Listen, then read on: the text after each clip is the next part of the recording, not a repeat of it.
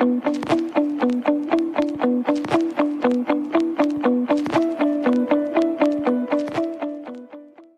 दोस्तों, welcome back. Daily swing में आपका स्वागत है। आज के वीडियो में हम बात करने वाले हैं कि कोई भी जो हमारे रिग्रेट ट्रेड है, जो ट्रेड में मुझे अभी रिग्रेट हो रहा है, वो ट्रेड की बात करेंगे। एंड लास्ट टाइम मैंने एक वीडियो रिकॉर्ड किया था, उसका नाम था कि ब्रेकआउट से ज़्यादा पुल बैक पे बाय करना चाहिए। आई मीन आप ब्रेकआउट प्लस पुल बैक कर सकते हैं। और मैंने आप लोगों के लिए एक वीडियो रिकॉर्ड करके रखा है, शॉर्ट वीडियो है। उसके अंदर मैंने बोला है कि जब भी मार्केट या आपका स्टॉक 21 डेज मूविंग एवरेज के ऊपर ट्रेड कर रहा है, तो आपके लिए स्विंग ट्रेडिंग अपॉर्चुनिटी बहुत अच्छी मिलेगी। तो आपको इसमें से क्या ध्यान देना है कि अगर मार्केट या आपका स्टॉक, जिस स्टॉक में आप ट्रेड कर रहे हैं, अनलेस एंड अनटिल अगर वो रिवर्सल ट्रेड नहीं है, रिवर्सल ट्रेड के लिए तो आप बॉटम पकड़ने की कोशिश करते हैं, राइट।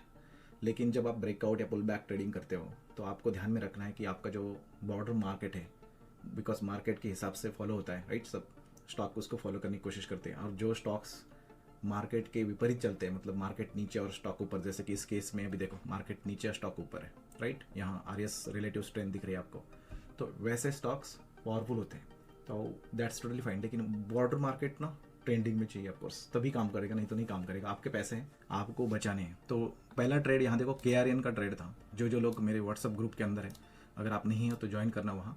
तो मैंने इसको यहाँ लिया था, ध्यान देना, यहाँ इस कैप्चर, बिकॉज ये बहुत ही बड़ा यहाँ से वॉल्यूम आए थे नीचे, और यहाँ लिया था, और इस कहीं तो मैंने इसको बेचा। और उसके बाद देखो आज कितनी बड़ी कैंडल आई है, ऑलमोस्ट 14%। अभी यहाँ मैं मेरी ओपिनियन दे रहा हूँ, ये कोई भी सेबी रजिस्टर एडवाइस नहीं है, हम सेबी रजिस्टर नहीं है। एंड हम कभी ऐसे गलत एडवाइस नहीं दे सकते कि यहाँ बाय करो, स्टॉप लॉस इतना लगा लो, टारगेट इतना रखो। और वैसे तो आप मुझे बताओ कि आज एक जुबिलेंट फीड वर्क्स का मैं आपको टीवी पे बात किया था लोगों ने, राइट। मुझे बताओ ये क्या हो रहा है यहाँ, लुक एट दिस। मैंने यहाँ ग्रुप पे ऊपर डाला था कि टीवी रिकमेंडेशन स्टॉक है, करेक्ट। तो ये टीवी पे जो लोग सेबी रजिस्टर है ना, वो लोग ये बताते हैं आप लोगों को। और यहाँ कितने मिलियंस में लोग होंगे, उन्होंने लिया होगा, और जो स्मार्ट लोगों ने उनको सेल किया होगा। समझो बात। ये स्टॉक अभी कितना परसेंट नीचे, ध्यान देना, 4%, ऑलमोस्ट 3.5-4%, राइट। ये लोग होते हैं। सेबी रजिस्टर हुआ मतलब कोई भगवान नहीं है। मैं तो बोलता हूँ किसी की भी सुनना नहीं चाहिए, अपने खुद के ऊपर ट्रस्ट करो। लॉस हुआ तो खुद का होगा, प्रॉफिट हुआ तो खुद का होगा, राइट। तो चलो बात करते हैं कि जो हम KRN की बात कर रहे थे, KRN हीट एक्सचेंज। तो इस ट्रेड को मैंने बोला था कि यहाँ मैंने लिया था, और आज ये 15%। अगर मैं सिंपली यहाँ लेने के बाद मेरा स्टॉप लॉस ये होगा, और यहाँ इंतजार करता तो होता क्या, 1 2 3 4 5 6 7 8 9 डेज वो चला नहीं, ठीक है। तो 9 डेज में उस कैपिटल को हम दूसरी जगह पे यूज कर सकते हैं, ये मैंने सोचा। लेकिन ऐसा कौन सा स्टॉक है देखो 9 डेज में आपको डायरेक्टली फिर 15% देता है, अब नहीं ना। तो ये रिग्रेट ही है मुझे ऐसा लगता है। तो एक होगा GVTND का, बहुत बार आप लोगों को मैंने बताया भी कि एक स्टॉक मैं रिग्रेट कर रहा हूँ, लेकिन अभी बहुत अच्छा एक बेस सेट हो रहा है यहाँ, राइट। तो मैं बाइंग का प्लान करूँगा थोड़ा सा और कंसोलिडेट होने के बाद, क्योंकि अगर यहाँ से यहाँ देखा तो ये देखो कितने दिन, कितने बार तक, आई मीन ये डेली की कैंडल है ना, आप अगर काउंट करो आपको पता चलेगा कि इतने बार तक कंसोलिडेशन हो रहा है। तो इसको मैंने यहाँ बाय किया था, देखो इस ब्रेकआउट के यहाँ। और इस ब्रेकआउट का मतलब देखो, जब ऐसा आप देखो यहाँ डबल बॉटम बनाए यहाँ, या आप उसको W पैटर्न बोल सकते हैं, कुछ भी बोलो, यहाँ से यहाँ और यहाँ, राइट, ऐसे। तो यहाँ मैंने जब बाय किया था ना 21 डेज मूविंग एवरेज या 10 डे मूविंग एवरेज के ऊपर, तो ये अच्छा खासा प्रॉफिट मैंने बुक किया। लेकिन अगर वो नहीं करता ना, तो यहाँ से यहाँ प्रॉफिट कितना होता, ध्यान दे दो। यहाँ से यहाँ तक मैं मान चलो इधर भी बेचते हम 10 डेज के होता, तभी भी 40% प्रॉफिट होता, कैन यू इमेजिन। और हम खुश हो गए 10-15% पे। तो अगर मैं इसको भी रखता तो बहुत बढ़िया। अभी देखो ये KRN अभी 13.5 से 15% चल रहा है, राइट। मैंने यहाँ अलर्ट लगा के रखा है, बिकॉज इसके बाद अगर फॉलो बाइंग आती है तो we will think, because breakout होगा, उसके बाद सोचेंगे। जो गया वो गया, अभी एंट्री करना दैट इज बैड, राइट। तो ये अभी मेरा जो और एक ट्रेड जो चल रहा है उसकी बात करते हैं। ऑफकोर्स बाय सेल रिकमेंडेशन बिल्कुल नहीं, वो है सुमितोमो केमिकल कंपनी, राइट। अब इसके लिए क्या लॉजिक था वो मैं बताता हूँ आप लोगों को, बिकॉज बहुत लोगों को लगता है कि क्यों लिया। जैसे कि यहाँ से देखो ये 30% अप गया था स्टॉक, और उसके बाद बहुत ज़्यादा नीचे आया, कंसोलिडेट हुआ, और मेरी नज़र उस दिन यहाँ मैंने बाय किया। जो कैंडल दिख रही है आपको यहाँ, बहुत ही बेकार कैंडल है, राइट। ये मतलब मैंने बाय क्यों किया, ध्यान लगा लो इधर से। अभी ये बड़ी कैंडल दे दी, यहाँ ब्रेकआउट होकर ऊपर गई, ये जो ट्रेंड लाइन को उन्होंने कट कर कर रिटेस्ट किया, ऊपर गया, तो मेरा काम बनता है यहाँ बाय करना, राइट। आपको भी पता चला होगा, अभी कुछ देखना नहीं आपको, बाकी चीज़ें मार्केट अच्छे ट्रेंड पे है। तो हमने बाय किया, और उसी दिन बहुत बड़ा सेल ऑफ आ गए, लेकिन उसने ब्रिज नहीं किया ये प्रीवियस डे, तो that was very good thing. तो यहाँ मैंने पहले एंट्री, आज मैंने दूसरी एंट्री कर दी यहाँ, और मेरा एवरेज बेसिकली 534 है। मैंने एक ग्रुप पे डाला भी है, चलो मैं आप लोगों को दिखाता हूँ। यहाँ ये ग्रुप पे डाला मैंने, और इससे पीछे जब मैंने डाला था ना, तो मैं बात ऑफकोर्स ये कॉल टिप्स नहीं है, मैंने जो कर रहा हूँ वो बताने की कोशिश कर रहा हूँ, मेरे व्यूज बता रहा हूँ। मैं कभी बोल ही नहीं रहा आपको ये बाय करो, आप करना भी नहीं चाहिए भाई। आपने देखा ना टाई वाले लोग टीवी पे आते हैं, वो कैसे करते हैं, उनका अगर गलत हो सकता है तो मैं तो कौन हूँ भाई। मुझे पता है कि अगर ये यहाँ मैं लेता हूँ तो यहाँ देखो मैं 3% लगाया है, तो 3% के नीचे जाता है तो मैं आउट हो जाऊँगा। अब ये 3% ही क्यों, अगर आपने सोचा होगा तो ये बेसिकली एक स्विंग है, यहाँ बेटर है, यहाँ थोड़ा रिस्क बढ़ता है। तो ये जो 21 डेज मूविंग एवरेज की प्राइस देखो 520 है ना, तो ये 3% भी नहीं हो रहा है टेक्निकली देखा जाए तो, राइट। तो और जब ऐसा मूव होता है स्टॉक, मान चलो आज ही 3-3.5% ओपन हो रहा है, राइट, तो आप कॉस्ट भी रख सकते हैं। आई मीन थोड़ा रुकना चाहिए टेक्निकली, बिकॉज कॉस्ट पे रखने के बाद क्या होता है, फिर से यहाँ आता है। याद है मैंने आप लोगों को बोला था, जब स्टॉक कभी भी ये 10 डेज मूविंग एवरेज से बहुत ज़्यादा स्ट्रेच होता है ना, वो वापस आता है। आपको मैं एग्जांपल दिखाऊं उसका, मैंने बोला था, और उसकी वजह से मैंने नुआमा को बेचा था, राइट। पहले हम नुआमा की बात करते हैं। नुआमा में क्या हुआ, सब लोगों को पता होगा जो जो ग्रुप पे है, तो हमने इस कैंडल पे लिया था, राइट। इसको कैसे, बिकॉज ये बड़ा बाइंग आने के बाद ये ना 21 डेज मूविंग एवरेज के ऊपर से किया था। मैंने एक्सप्लेन किया है, पिछले वाली वीडियो देखो कि पुल बैक बाय कैसे करता हूँ। उसके बाद में मैंने यहाँ बेचा मैंने स्ट्रेंथ में, और कुछ शेयर्स यहाँ रखे थे, मैंने उस वीडियो में बोला, राइट। लेकिन उस दिन न्यूज़ आ गई, और मैं एक्सपेक्ट कर रहा था, इस दिन मैंने वीडियो रिकॉर्ड किया था, मैं बोल रहा हूँ 10 डेज मूविंग एवरेज से ऊपर ये सपोर्ट ले रहा है, that is very good thing. लेकिन न्यूज़ आ गई, जेन स्ट्रीट वालों ने फ्यूचर्स एंड ऑप्शन के पैसे सब खाए, आप लोगों को पता है। इसलिए फ्यूचर्स एंड ऑप्शन में ट्रेड नहीं करना चाहिए, स्टॉक में भी नहीं करना चाहिए। मैं बोलता हूँ अंबर एंटरप्राइजेस में पता चलता कैसा होता है, बहुत बड़ा ऊपर कैंडल होता है, हमें लगता है चलो अभी ब्रेकआउट आ गया, हम बाय करते, तुरंत कैंडल इंतजार नहीं करते क्लोजिंग का, और फिर क्या होता है, बूम। क्योंकि एफ में क्या होता है, लोगों का पोजीशन बहुत होता है, लेवरेज लिया होता है उन्होंने, और फिर क्या करते हैं, तुरंत 2-3% प्रॉफिट, क्योंकि पोजीशन साइजिंग बहुत बड़ी होती है, बिकॉज वो लेवरेज लेते हैं। कैश में थोड़ा सा सेफ होता है।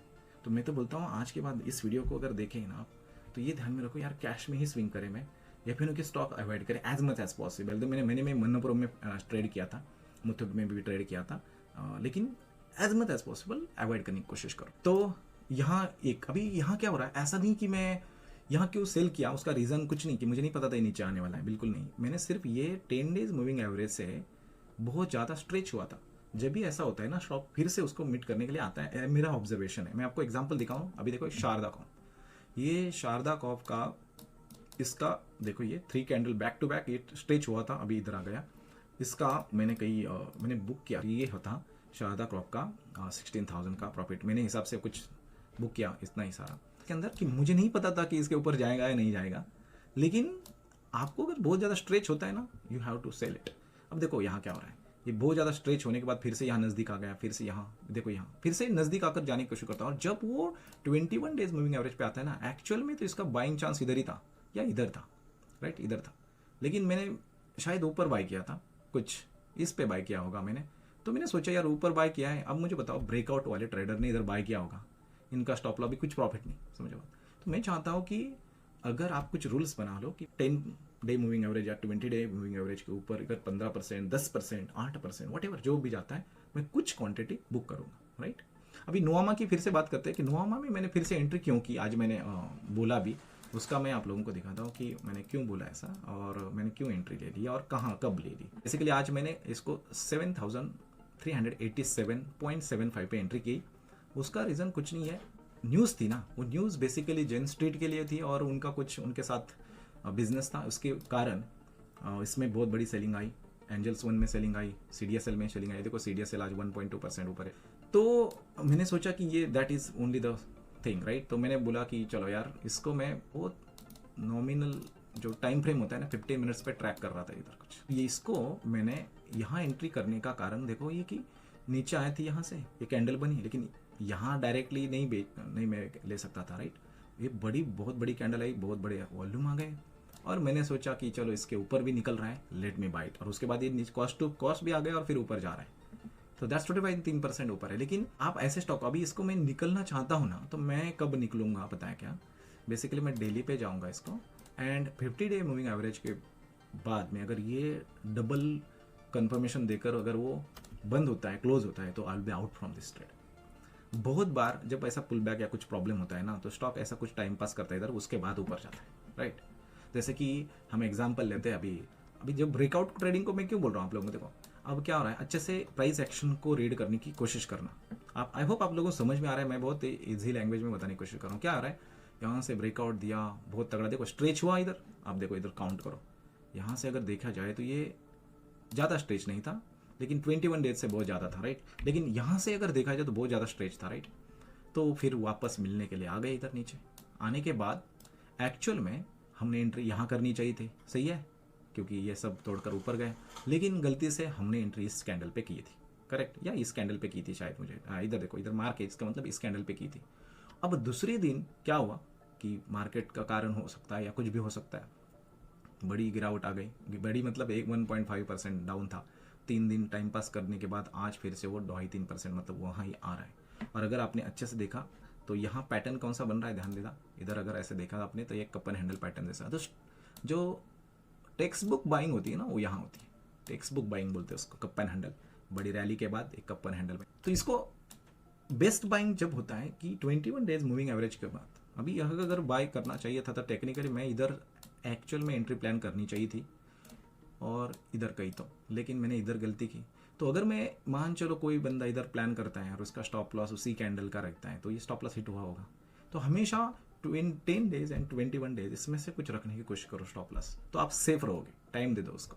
और अगर बहुत ज़्यादा स्ट्रेच है, अभी आज ही ग्रुप में किसी ने बोला था त्रिवेणी टर्बाइंस, TRIV, शायद ये मेरे रेड लिस्ट में मुझे मतलब कुछ तो अच्छा होगा इसके अंदर बाय। तो अब देखो ये मैं वीकली पे देख रहा हूँ ट्रेंड देखने के लिए, तो अच्छा ट्रेंड है। मैं डेली पे जाता हूँ और डेली पे भी बहुत अच्छा, यहाँ देखा अगर देखा तो यहाँ से, तो this good buying was here, right, on this spot, right, इस कैंडल पे या इस कैंडल का हाई तोड़ने के बाद अच्छा बाइंग था। अब यहाँ से स्ट्रेच हो चुका है मेरे लिए, 5% से कम अगर है तो कोई प्रॉब्लम, 6% तक गया था ये, अगर यहाँ लिया तो 5% है।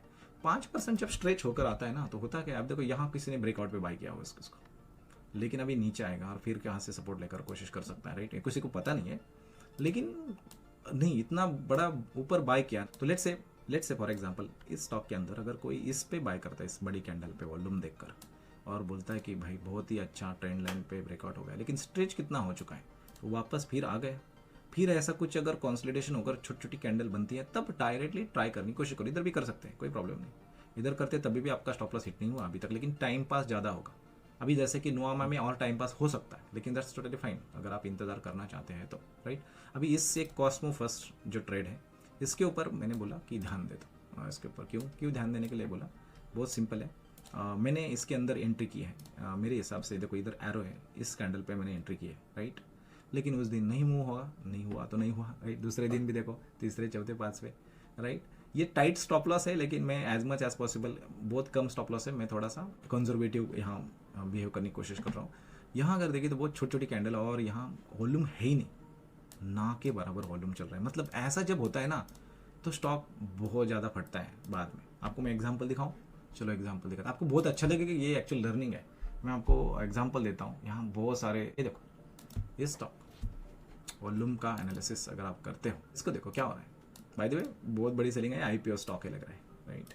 तो यहाँ बहुत बड़ा वॉल्यूम आ चुका है, अगर 333%, लेकिन यहाँ अगर देखा ना ये ट्रेंड लाइन, यहाँ देखो बहुत छोटी छोटी कैंडल, वॉलेटिलिटी कम हुई थी, वॉल्यूम ना के बराबर थे, और बाद में क्या हुआ, बहुत बड़ा, अगर आपने ये देखा गया ना, तो बेसिकली ये यहाँ से यहाँ तक देखो, ये 6-7% का मुँह है।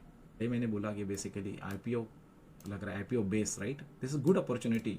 यहाँ बाय किया तो बेटर रहेगा, नहीं तो यहाँ मैंने लाइन लगा कर रखी है, बिकॉज IPO में क्या होता है, यहाँ वाले, यहाँ जिसने दिया है वो अभी भी अटक रहे हैं यहाँ से, राइट, फिर प्रॉफिट बुक कर रहे हैं। और छोटी छोटी वॉलेटिलिटी जब कम होती है ना, उसके बाद में वॉल्यूम अच्छे आते हैं, तो तब आपको यहाँ एंट्री करनी चाहिए टेक्निकली। अगर मान चलो इस केस के अंदर अगर कोई बंदा यहाँ लेता है, मैं अगर यहाँ लेता हूँ, आपने नहीं लेना है बाय द वे, आपने सिर्फ सीखना है, यहाँ अगर लेता है तो वो अभी भी है, I mean he is in profit, right. अभी जैसे कि नोवामा के अंदर 3.5% अप है, और मेरी बाइंग 7,300 कुछ तो है, तो देखो ये है 7,300 इधर, राइट, ये अगर देखो डेली पे, राइट, तभी भी आई मीन प्रॉफिट। तो अगर कोई बंदा अब लेता है या यहाँ जाने के बाद लेगा, तो उसका स्टॉप लॉस बड़ा होगा। तो ऐसे स्टॉक में एंट्री नहीं करनी चाहिए। जहाँ आपकी रिस्क डिफाइन होती है, वहाँ ही आपको लेना चाहिए, ऐसा मुझे लगता है। और स्ट्रैटेजी क्या है, सिंपली कि ब्रेकआउट लेने से पहले, अगर ब्रेकआउट के बाद जब पुल बैक आएगा तब आप ले सकते हैं। ये स्ट्रैटेजी सिंपल, अगर आपको यही लाइन अगर ध्यान में रखनी है तो। लेकिन उसके लिए कन्विक्शन होना चाहिए और घबराना नहीं चाहिए।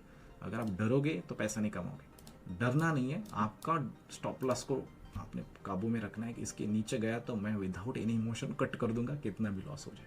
मतलब लॉस आपको डिफाइन करना पड़ेगा। आगे वीडियो में कर रहा हूँ अच्छा, कि वहाँ आप risk management and money management कैसे कर सकते हो। तो प्लीज़ लाइक करो इस वीडियो को, सब्सक्राइब करो चैनल को, एंड बाकी लोगों को भी सेंड करो। मिलते हैं नेक्स्ट वीडियो में। बाय बाय दोस्तों।